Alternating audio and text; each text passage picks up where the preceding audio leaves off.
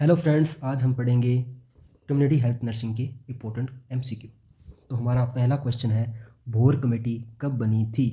1946 में, 1950 में, 1943 में, 1948 में। तो इसका आंसर है सी, 1943 में। भोर कमेटी ने अपनी रिपोर्ट कब प्रस्तुत की? 1946 में, 1943 में, 1947 में, 1948 में। तो इसका आंसर है ए, 1946 में। CHEB की फुल फॉर्म क्या है? Central health education bureau, central health environmental bureau, central health educative bureau, central health efficiency bureau. तो इसका आंसर है A, central health education bureau. WHO के अनुसार स्वास्थ्य के कितने आयाम हैं?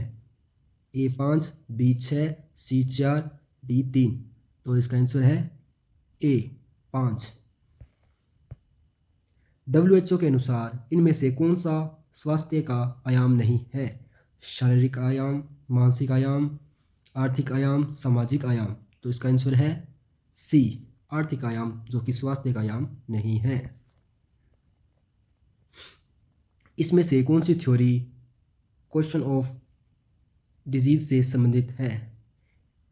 कॉन्टाजियन थ्योरी, हेल्ट्रेड, पेल्वो थ्योरी, मॉस्लो थ्योरी। तो इसका आंसर है A. Action which halt the progress of disease at its incipient stage and prevent complications. यह कथन कौन से स्तर के बचाव से संबंधित है? प्राथमिक बचाव, द्वितीय बचाव, तृतीय बचाव, इनमें से कोई नहीं। तो इसका आंसर है बी, द्वितीय बचाव। हेल्थ प्लानिंग के लिए इनमें से कौन कौन से संस्थानों की ज़रूरत होती है? कर्मचारी मैन पावर, धन, मेटरनल, उपयुक्त सभी। तो इसका आंसर है डी, उपयुक्त सभी। NRHM योजना के तहत मेडिकल कॉलेज, अस्पताल, अपेक्स अस्पताल आदि हेल्थ केयर स्ट्रक्चर में कौन से स्तर पर आते हैं? प्राथमिक स्तर, द्वितीय स्तर, तृतीय स्तर, चतुर्थ स्तर। तो इसका आंसर है सी, द्वितीय स्तर। प्राथमिक स्वास्थ्य देखभाल ढांचे में कौन कौन से स्वास्थ्य संस्थान आते हैं? उप स्वास्थ्य केंद्र, प्राथमिक स्वास्थ्य केंद्र, सामुदायिक स्वास्थ्य केंद्र एवं जिला चिकित्सालय, मेडिकल कॉलेज, प्राइवेट अस्पताल। तो इसका आंसर है ए, उप स्वास्थ्य केंद्र। द्वितीय स्वास्थ्य केंद्र देखभाल ढांचे में कौन कौन से स्वास्थ्य संस्थान आते हैं? उप स्वास्थ्य केंद्र, सामुदायिक स्वास्थ्य केंद्र, मेडिकल कॉलेज, प्राइवेट हॉस्पिटल, अस्पताल। तो इसका आंसर है बी, सामुदायिक स्वास्थ्य केंद्र, कम्युनिटी हेल्थ सेंटर। ग्रामीण स्वास्थ्य पोषाहार दिवस आयोजित किया जाना चाहिए। महीने में एक बार, सप्ताह में एक बार, साल में एक बार, महीने में 2 बार। तो इसका आंसर है ए, महीने में एक बार। टाइप बी PHC पर महीने में डिलीवरी लोड कितना होता है? 20 या 20 से ज़्यादा, 10 या 10 से ज़्यादा, 30 या 30 से ज़्यादा, 25 या 25 से ज़्यादा। तो इसका आंसर है ए, 20 या 20 से ज़्यादा। टाइप ए PHC पर महीने में डिलीवरी लोड कितना होता है? 20 या 20 से ज़्यादा, 30 या 30 से ज़्यादा, 20 से कम, 30 से कम। तो इसका आंसर है सी, 20 से कम। प्राथमिक स्वास्थ्य केंद्र PHC कितनी संख्या पर स्थापित किया जाता है?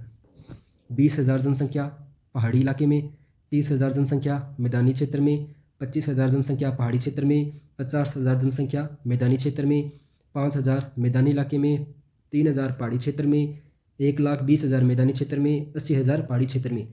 तो इसका आंसर है ए, 20,000 पहाड़ी क्षेत्र में और 30,000 मैदानी क्षेत्र में। सामुदायिक स्वास्थ्य केंद्र CHC कितनी जनसंख्या पर स्थापित की जाती है?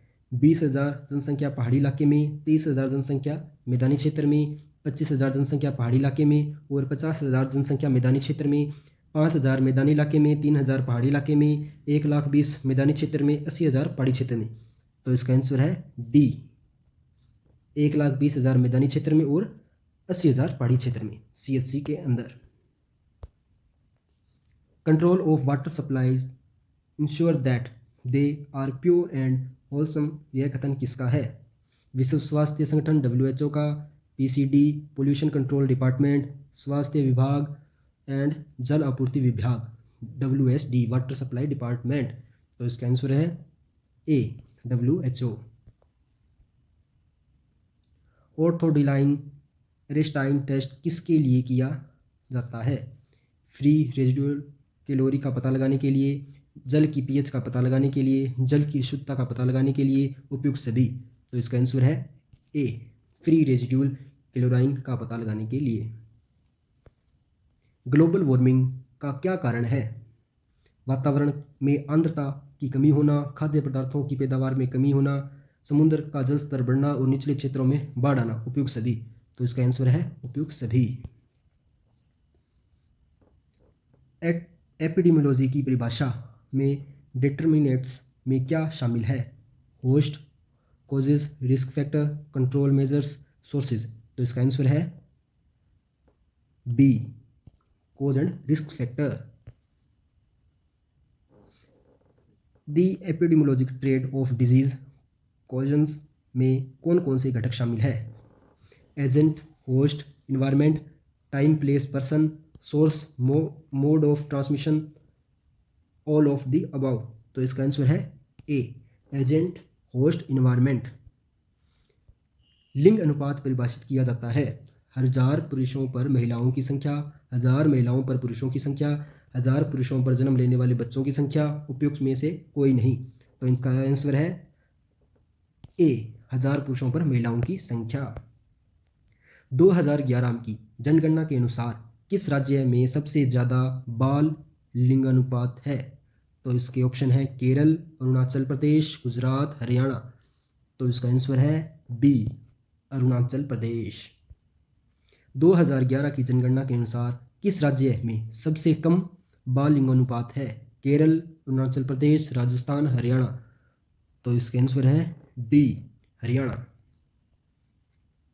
भारत में जनगणना कितने वर्षों के अंतराल पर की जाती है? प्रत्येक 10 वर्षों में, प्रत्येक 5 वर्षों में, प्रत्येक 15 वर्षों में और प्रत्येक 20 वर्षों में। तो इसका आंसर है ए, प्रत्येक 10 वर्षों में। भारत में पहली संपूर्ण जनगणना कब आयोजित हुई थी? 1951 में, 1981 में, 1991 में, 1972 में। तो इसका आंसर है बी, 1981 में। भारत की पहली आंशिक जनगणना कब आयोजित हुई थी? 1951 में, 1981 में, 1991 में, 1972 में। तो इसका आंसर है डी, 1972 में। भारत में जन्म मृत्यु पंजीकरण अधिनियम 1959 के अनुसार जन्म व मृत्यु कितने दिनों में पंजीकृत होनी चाहिए? 21 दिनों में, 15 दिनों में, 30 दिनों में, 7 दिनों में। तो इसका आंसर है 21 दिनों में। 2015-16 SRS रिपोर्ट के अनुसार किस राज्य में सबसे कम लिंगानुपात दर्ज किया गया है? केरल, तमिलनाडु, हरियाणा, मेघालय। तो इसका आंसर है सी, हरियाणा। भारत में किस राज्य का सबसे अधिक लिंगानुपात है? केरल, तमिलनाडु, राजस्थान, मेघालय। तो इसका आंसर है ए, केरल। कौन सी वैक्सीन जन्म के समय आईडी इंट्राडर्मल रूट से दी जाती है? BCG, DPV, hepatitis B, hepatitis C. तो इसका आंसर है ए, BCG। केंद्रीय जन्म एवं मृत्यु पंजीकृत अधिनियम कब पास हुआ था? 1959, 1972, 1950, 1951। तो इसका आंसर है ए, 1959। यदि गाइडलाइंस के अनुसार कौन से कलर के बैग को BMWM से हटा दिया गया है? Yellow colour, black colour, red colour, blue colour. तो इसका आंसर है बी, ब्लैक कलर को हटा दिया गया है। BMWM के अनुसार ह्यूमन एनाटॉमिकल वेस्ट कौन से कलर के बैग में डिस्पोज किया जाता है या किया जाना चाहिए? Yellow, red, blue, white. तो इसका आंसर है येलो। BMWM के अनुसार disposable item such as tubing, bottles, IV tubes, catheters आदि कौन से कलर के बैग में डिस्पोज करने चाहिए? Yellow, blue, green, red. तो इसका आंसर भी है रेड। BMWM नियम के अनुसार ड्रेसिंग मटेरियल जैसे कॉटन, स्वैप, पैड, बैंडेज आदि किस बैग में डिस्पोज करने चाहिए? Red, yellow, white, black. तो इसका आंसर है बी, येलो। BMW नियम के अनुसार संक्रमित दस्ताने कौन से बैग में डिस्पोज करने चाहिए? येलो, रेड, वाइट, ए और बी दोनों। तो इसका आंसर है बी, रेड। BMWM नियम के अनुसार एक्सपायर्ड मेडिसिन कौन से कलर के बैग में डिस्पोज करनी चाहिए? Red, black, blue, yellow. तो इसका आंसर है डी, येलो। BMWM नियम के अनुसार इन्फेक्टेड नीडल किस कलर के बैग में डिस्पोज करनी चाहिए? Yellow, black, red, white. तो इसका आंसर है डी, वाइट। इनमें से कौन सा नोसोकोमिकल इन्फेक्शन का उदाहरण नहीं है? UTI, hepatitis B, IBS, hepatitis C. तो इसका आंसर है सी, IBS। ऐसा संक्रमण जो अस्पताल में भर्ती होने के 48 घंटे पश्चात हो जाता है कहलाता है nosocomial infection, iatrogenic infection, communicable infection, septic infection. तो इसका आंसर है ए, नोसोकोमिकल इन्फेक्शन। BMW नियम के अनुसार सिरिंज बिना सुई के कौन से बैग में डिस्पोज करते हैं? Yellow, red, black, blue. तो इसका आंसर है बी, रेड। नोसोकोमिकल इन्फेक्शन का मुख्य संक्रमण है UTI, pneumonia, sepsis, hepatitis B. तो इसका आंसर है A, UTI। Biomedical waste management act कब पास हुआ था? 1990, 1985, 1998, 1982। तो इसका आंसर है सी, 1998। कौन से बैग में इन्फेक्शन सॉइल्ड वेस्ट डिस्पोज करते हैं? Yellow, green, red, black. तो इसका आंसर है ए, येलो। BMWM के अनुसार डिस्कार्डेड इन्फेक्टेड ग्लास जैसे दवाइयों की खाली वाइल एम्बुलाइसिस किस बैग में डिस्पोज करने चाहिए? Yellow, red, green, blue. तो इसका आंसर है डी, ब्लू। निम्न में माइक्रोन्यूट्रिएंट्स का उदाहरण है फैट, कार्बोहाइड्रेट, प्रोटीन, उपयुक्त सभी। तो इसका आंसर है डी, उपयुक्त सभी। निम्न में माइक्रोन्यूट्रिएंट का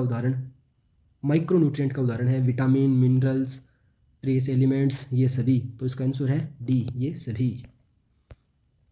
विटामिन सी प्रचुर मात्रा में पाया जाता है आंवला, नींबू, संतरा, दूध, दही, छाछ, पनीर, गाजर, मूली, शकरकंद, सूर्य की धूप से भी बनता है। तो इसका आंसर है ए, आंवला, नींबू, संतरा। विटामिन डी प्रचुर मात्रा में पाया जाता है आंवला, नींबू, संतरा, गाजर, मूली, शकरकंद, दूध, दही, छाछ, पनीर, सूर्य की धूप से भी बनता है। तो इसका आंसर है सूर्य की धूप से बनता है। थैंक यू गाइस, आज हम पढ़ेंगे इतने ही क्वेश्चन। ये सारे क्वेश्चन कम्युनिटी हेल्थ नर्सिंग के बहुत इंपॉर्टेंट क्वेश्चन है। आप डेली हमारे चैनल के ये क्वेश्चन को सॉल्व करो और आगे बढ़ो। Thank you guys. ये हमारी सीरीज़ बहुत लंबी चलेगी। आप हमारे चैनल को सब्सक्राइब करें, फॉलो करें, शेयर करें और लाइक करें। और आप कमेंट करके बताएं आपको किस टाइप के क्वेश्चन चाहिए, हम वैसे ही प्रोवाइड करवाएंगे। Thank you guys.